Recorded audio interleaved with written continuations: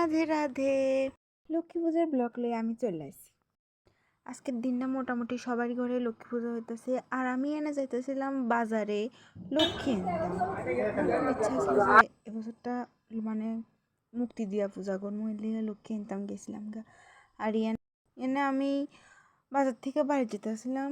এবার যদি তোমরা কবে লক্ষ্মী কই, তাহলে লক্ষ্মীরা আমি আগে আমার ভাইয়ের কাছে ফসাইতেছি বাইক কইরা, কারণ বৃষ্টি এলে ভিজে যাব। আর ওইটাই হয়েছে, বৃষ্টি এসে এবার এখানে বাড়ি দেয় বৃষ্টি গেল। এখানে আমি স্নান টান কইরা পূজার ফুললি একটু অ্যারেঞ্জ করবার লাগে, মানে একটু সাজাই গোছাই রাখবার লাগে লুতাম লাগছিলাম। এখানে আমার মা ভোগের খিচুড়ি রান্না করতেছিল লক্ষ্মী মারে দিবার লাগে। আমরা সব বছরই ভোগের খিচুড়ি রান্না করি, খিচুড়ি লুচি। এবছর পায়েস রান্না করবো। আর এখানে আমি ফুলগুলি সুন্দর করে সাজাই লইছি। তোমরা কেমন আছে দেখতে। আর এখানে আমি একটু লক্ষ্মী মার সামনে একটু ডিজাইন করতেছিলাম।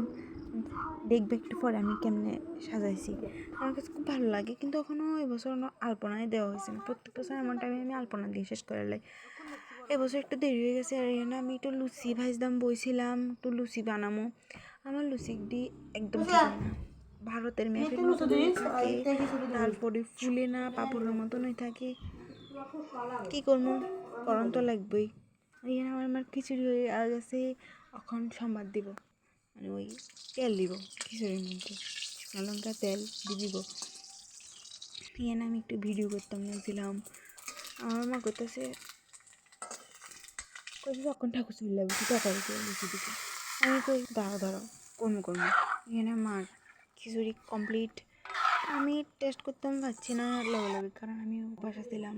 মার লোক এমনি উপাস, আমার মা উপাস ছিল।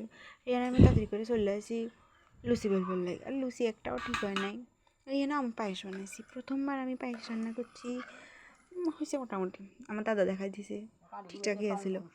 এখানে মা ফল কাটতেছিল, মারে কইতেছে যে তুমি লাগতো না, আমি করবো, যাও তুমি। মা এনে ঘর বয়াইতেছে, আমি এনে এবার ঠাকুর দিয়ে সাজাইছি, দেখিও কেমন আছে।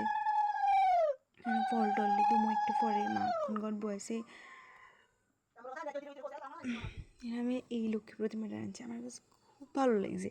তোমরাও কইও কেমন আছে আমার লক্ষ্মী প্রতিমা। আর এখানে আমি সাজাইছি পুরাটা, কেমন আছে কইও। দেখ এখানে আমি একটা ছোট মালা গাচ্ছি তাড়াতাড়ি করে, অনেক সময় ফুলও শেষ হয়ে গেছিলো। আমি মালা গাঁথার কথা ভুলে গেছিলাম, লেগে আমি কতকটি ফুল দিয়েও দিছি ঠামার চারে।